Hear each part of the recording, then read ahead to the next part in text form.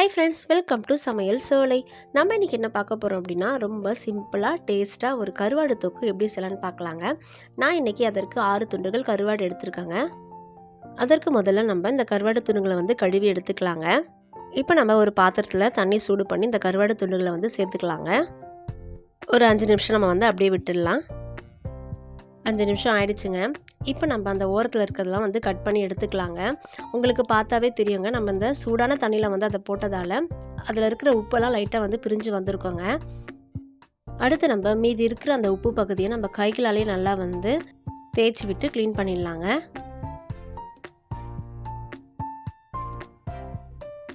பாருங்கள், நம்ம எல்லாமே க்ளீன் பண்ணிட்டோங்க. க்ளீன் பண்ணிவிட்டு நான் ஒரு 2-3 தடவை வாஷ் பண்ணி எடுத்து வச்சுருக்கேங்க. இப்போ நம்ம வாஷ் பண்ணி வச்சுருக்க அந்த கருவாட்டில் சிறிதளவு மஞ்சள் தூள் ஆட் பண்ணிக்கலாங்க. அடுத்து வரமிளகாய் தூள் தேவையான அளவு ஆட் பண்ணிவிட்டு நம்ம இதை நல்லா மிக்ஸ் பண்ணி விட்டுடலாங்க. மிக்ஸ் பண்ணிவிட்டு ஒரு 5 மினிட்ஸ்க்கு அப்படியே விட்டுடலாம். இந்த மாதிரியான சூப்பரான உணவு வகைகளுக்கு நம்ம சேனலை சப்ஸ்கிரைப் பண்ணி வச்சுக்கோங்க. கீழே இருக்கிற பெல் பட்டன் கிளிக் பண்ணி ஆல்ன்ற ஆப்ஷனை கிளிக் பண்ணிக்கோங்க. அடுத்து நம்ம ஒரு பேனில் தேவையான அளவு எண்ணெய் ஆட் பண்ணிக்கலாங்க.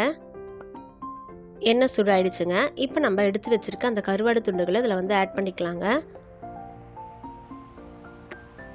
இதை நம்ம லைட்டாக ஃப்ரை பண்ணி எடுத்துக்கலாங்க. ரொம்ப டீப் ஃப்ரை வேணாங்க, லைட்டாக ஃப்ரை பண்ணால் போதும்.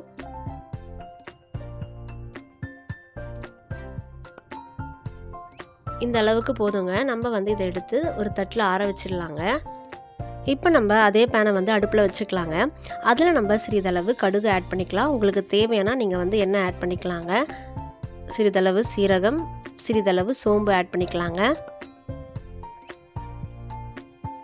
இது எல்லாமே நல்லா பொரிஞ்சிடுச்சுங்க. இப்போ நம்ம 2 வெங்காயம் பொடியாக நறுக்கி இதில் ஆட் பண்ணிக்கலாங்க. வெங்காயம் நல்லா வதக்கி விட்டுடலாம். இது கூடவே சிறிதளவு கருவேப்பிலை ஆட் பண்ணிக்கலாங்க. அடுத்து இதில் 10 பல் பூண்டு தோலோடு நம்ம நசுக்கி ஆட் பண்ணிக்கலாங்க. இது எல்லாமே நல்லா நம்ம வதக்கி விட்டுடலாங்க. அடுத்து நம்ம 2 சின்ன சைஸ் தக்காளியை பொடியாக நறுக்கி இதில் ஆட் பண்ணிக்கலாங்க. தக்காளி வதங்கிட்டு இருக்கட்டோங்க. அதுக்குள்ளே நம்ம இந்த கருவாடு துண்டுகளை முள் இல்லாமல் எடுத்துக்கலாம். நம்ம இந்த முள் பகுதியையும் சதை பகுதியும் தனித்தனியாக எடுத்துக்கலாங்க.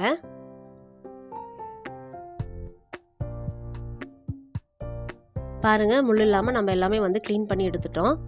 இந்த மாதிரி நீங்கள் சேர்த்து தொக்கில் சாப்பிடும் பொழுது ரொம்பவே அது சூப்பராக இருக்குங்க.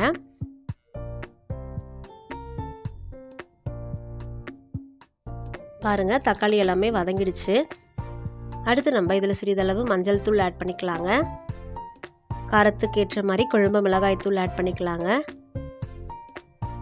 இப்போ நம்ம இதெல்லாமே நல்லா மிக்ஸ் பண்ணி விட்டுடலாங்க. நல்லா மிக்ஸ் பண்ணிட்டோங்க.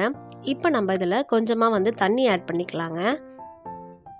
தண்ணி ரொம்ப அதிகமாக சேர்க்க வேண்டாங்க, கொஞ்சமாக சேர்த்துக்கோங்க. இதில் நம்ம கொஞ்சமாக தூள் உப்பு ஆட் பண்ணிக்கலாங்க.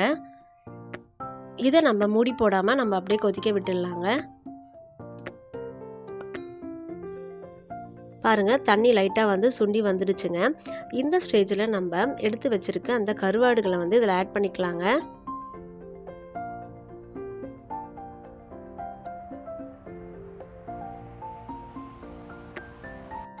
நம்ம இதை சேர்த்து நல்லா மிக்ஸ் பண்ணி எடுத்துக்கலாங்க. நல்லா மிக்ஸ் பண்ணிட்டோங்க. இப்போ நம்ம ஒரு 5 நிமிஷத்துக்கு மூடி போட்டு அப்படியே கொதிக்க விட்டுடலாங்க. பாருங்கள், நல்லா சூப்பராக வந்திருக்குங்க. இந்த மாதிரி நீங்கள் செஞ்சு பாருங்கள், உங்களுக்கு கண்டிப்பாக பிடிக்குங்க. நம்ம இதில் சாதத்தை மிக்ஸ் பண்ணி சாப்பிடும்பொழுது ரொம்பவே சூப்பராக இருக்குங்க. இது சாம்பார் சாதம், ரச சாதம் எல்லாத்துக்குமே ரொம்ப சூட் ஆகுங்க. ட்ரை பண்ணி பாருங்கள். யாரெல்லாம் இந்த மாதிரி தொக்கில் சாதம் மிக்ஸ் பண்ணி சாப்பிட்ருக்கீங்க, எனக்கு மறக்காமல் கமெண்ட்டில் சொல்லுங்கள். யாருக்கெல்லாம் பிடிக்கணும்னு சொல்லுங்கள். தமிழ் சோலை போல் சமையல் சோலை உங்கள் இல்லம் தோறும் இருக்கும். நன்றி.